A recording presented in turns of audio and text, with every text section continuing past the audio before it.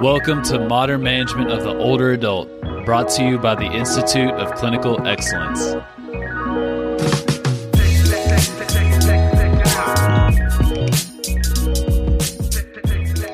Hello, everyone, and welcome to the PT on Ice Daily Show. My name is Christina Previtt. I am one of our division leads in the Modern Management of the Older Adult division.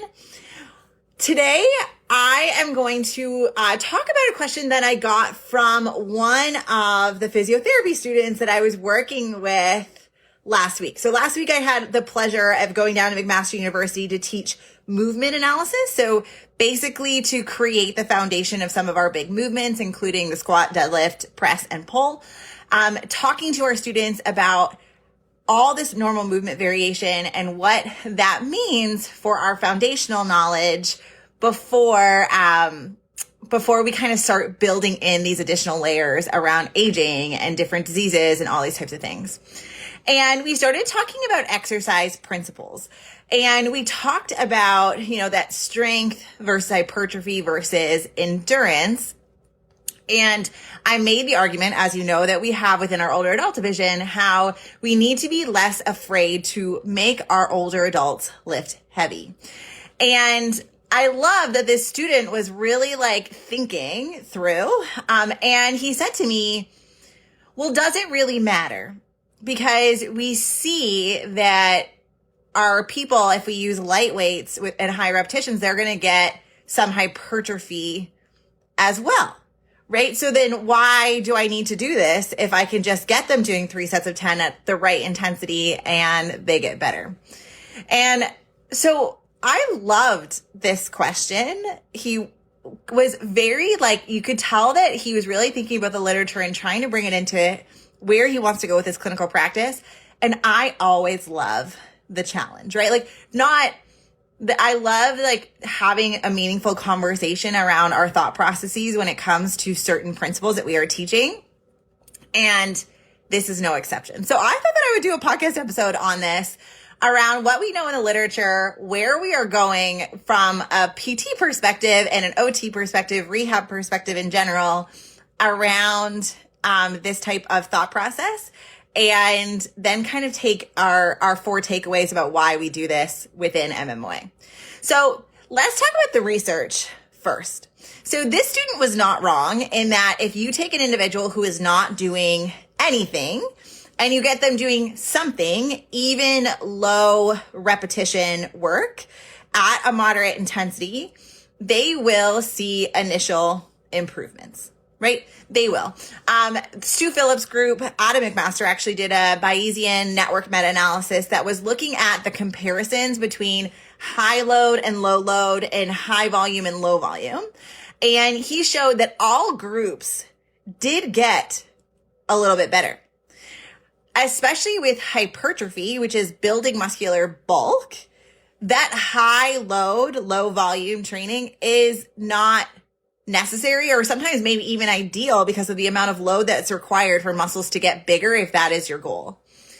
However, what we did see is that individuals got stronger faster when exposed to higher loads versus lower loads. And so this is our first principle that we really hold true to within MMOA. We do not have time for the slow burn. When our older adults are one slip, trip, or stumble away from losing their independence, when it comes to their aging experience and where they want to be in the next 5 years, yes, they will get stronger a little bit with low load training, but they will get stronger faster by making them lift heavy. And so I have what I feel like a unbelievable amount of urgency when it comes to working with a lot of my older adults who are at this cusp of losing their independence, and I don't have a ton of visits with them. I want to get the biggest bang for my buck. But he was absolutely right in that what we used to consider really tangible buckets around less than 6 is this and 6 to 12 is that and 12 to 20 is this, it's more blurry than that. And as rehab professionals, that's okay. We embrace the land of the gray. But where I'm going to prioritize the heavy lifting piece is because I know that they're going to get better faster. So that's number one. The second reason why we get individuals lifting heavy in rehab is because it reduces fear. So many of our older adults are afraid. They have been told by our medical system that they shouldn't lift more than 20 pounds, that they shouldn't do this, that they shouldn't do that. They're being told by their family members, oh, mom, like, let me get that for you. Like, basically, you are too old to lift this on your own. Let me do it. And I'm not saying that this is coming across as something that is disrespectful. It's meant to be helpful. But over time and with reps, it creates a ton of fear. And so many of our older adults are afraid over a certain threshold and require graded exposure in order for individuals to feel okay and feel confident about going and approaching a load that was making them uncomfortable before. And what we know is that when individuals lack or have a high amount of fear or lack self-efficacy in a movement, they avoid that movement.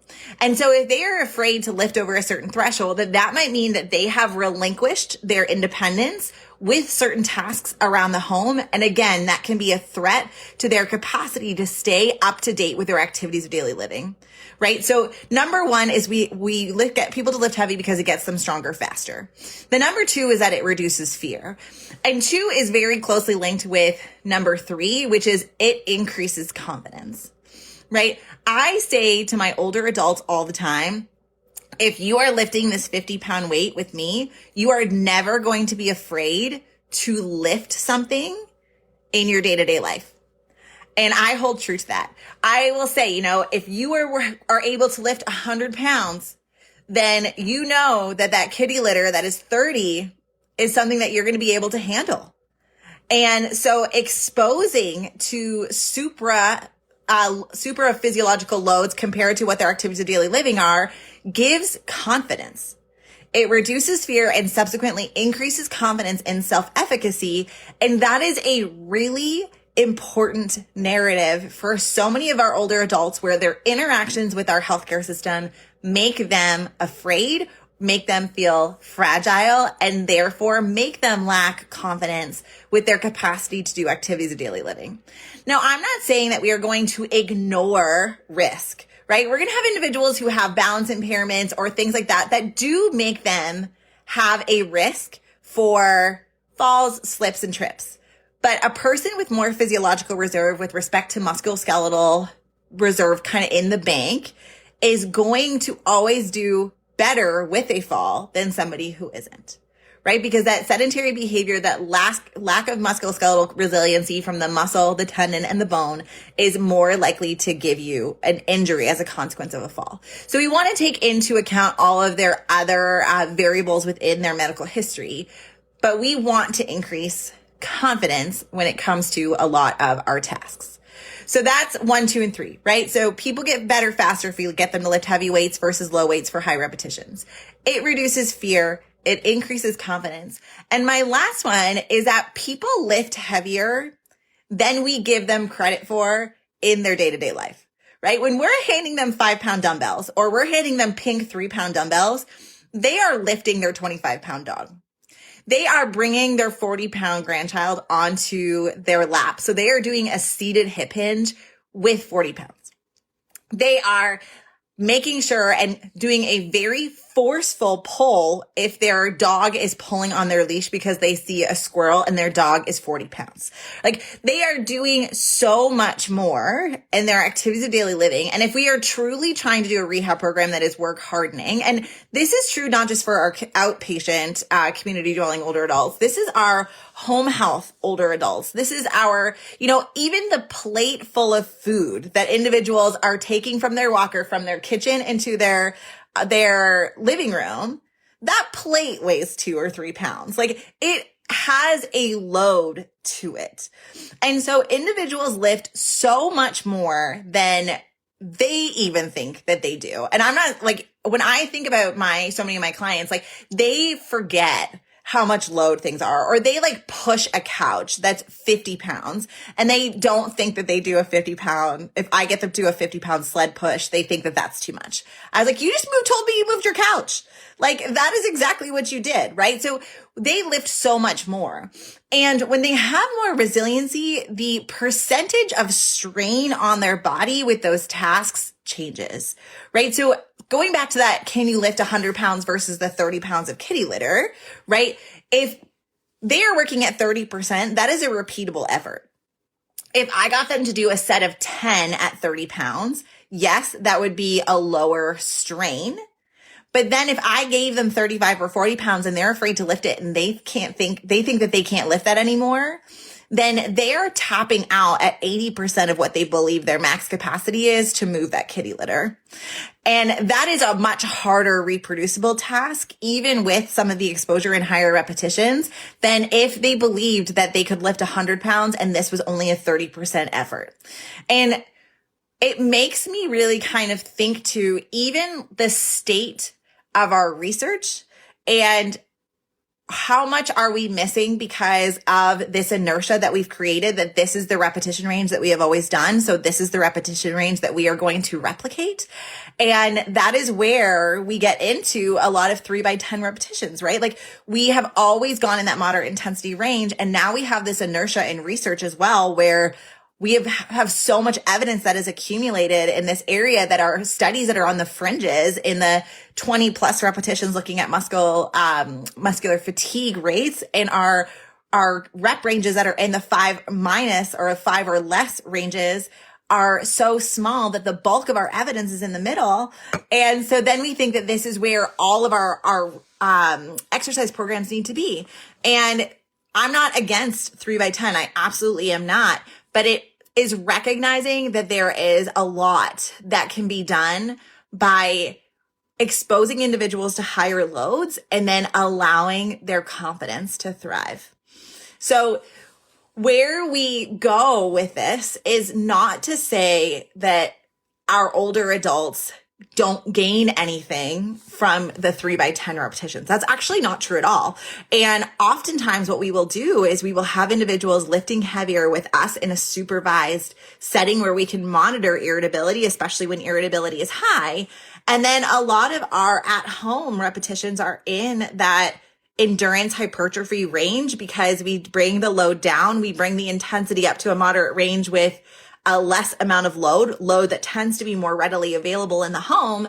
And then we get this beautiful combination of getting that exposure to high loads, but also getting some of that hypertrophy resiliency in those higher repetition ranges. So where are we kind of going from here?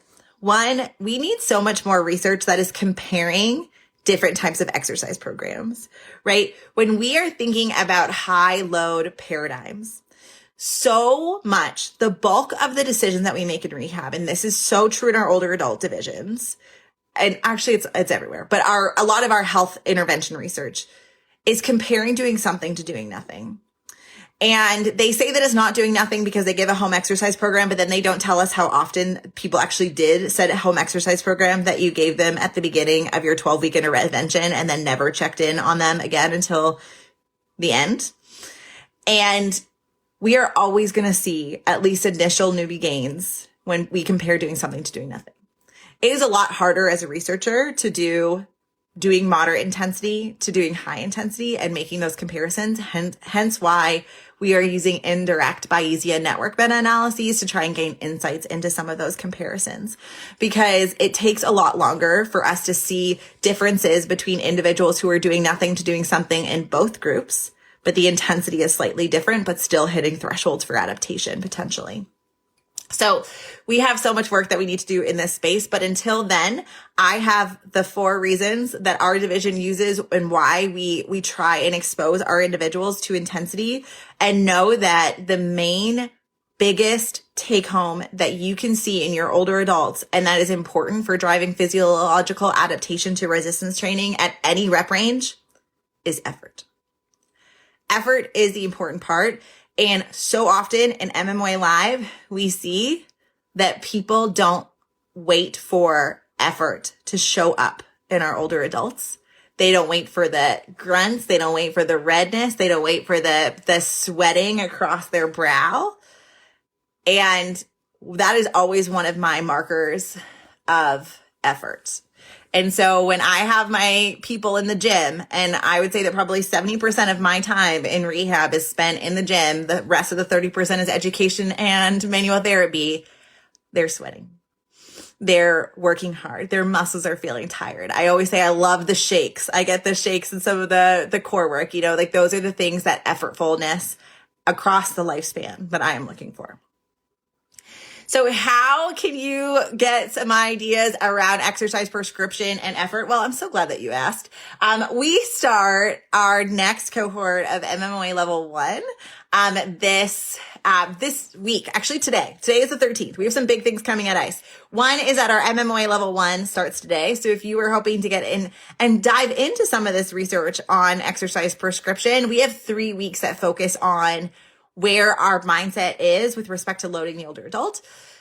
And we also are seeing big changes around moving to an app. So if you guys have been seeing, jump into the ICE students group. We are going to be migrating over to Circle. So all of our courses are going to be moving in that direction. So if you are interested in getting...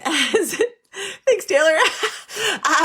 We are going to be going in that direction. So if you guys are looking for where some of our slides and things from the courses are going to live, they are going to be on the Circle app, which we are really excited for, that platform migration. All right. I hope you all are having a great week. We will see you all. If you are not on MMOA Digest, please get on there. Otherwise, we'll see you in a couple weeks. Thank you for listening to the MMOA podcast. If you found this helpful, please share with someone that could benefit. And if you're looking for more practical content to help you better serve older adults, head over to www.mmoa.online, where you can learn more about our free resources, our community, continuing education courses, and our certification. Once again, that's www.mmoa.online. Thanks for listening.